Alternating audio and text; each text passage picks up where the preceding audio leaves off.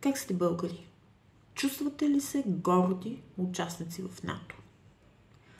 Чувствате ли се горди от това, че Байден, без дори да се допита до другите държави членки на НАТО, разпореди, по-точно разреши на Зеленски да извършва удари с американски ракети дълбоко във вътрешността на Русия? Как някой би могъл да си представи, че Русия няма да отговори на това предизвикателство? Как някой може да си представи, че американски ракети ще полетят в Русия и отговорът няма да бъде изпепеляващ?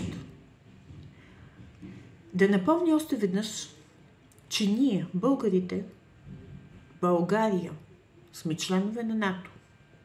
Тоест, ние сме обвързани с всяко едно действие, което НАТО или държава на НАТО извършва срещу Русия.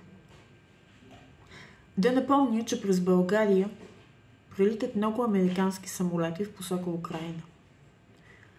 Прелитат много военни самолети. В американските бази никой не знае какво се случва. Никой не контролира кой идва, какво внася, какво изнася. По българските летища са разположени чужди самолети, чужди военни части, а нещата вече стават много опасни. Може да стигнем до там, че от българска територия да се изстрелват ракети срещу Русия.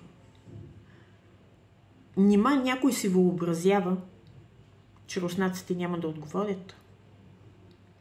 Или пък, че ние може по някакъв начин да се защитим? Лудостта е превзела света. Демократите в САЩ явно нямат никакво намерение да изпускат властта и са готови да повлекат целия свят в ядрена война. Просто защото са луди. Притеснявате ли се?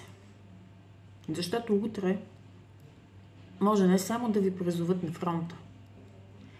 Утре може домът ви да е в пламъци, а от България да е останало само едно петно. Честито, евроатлантици!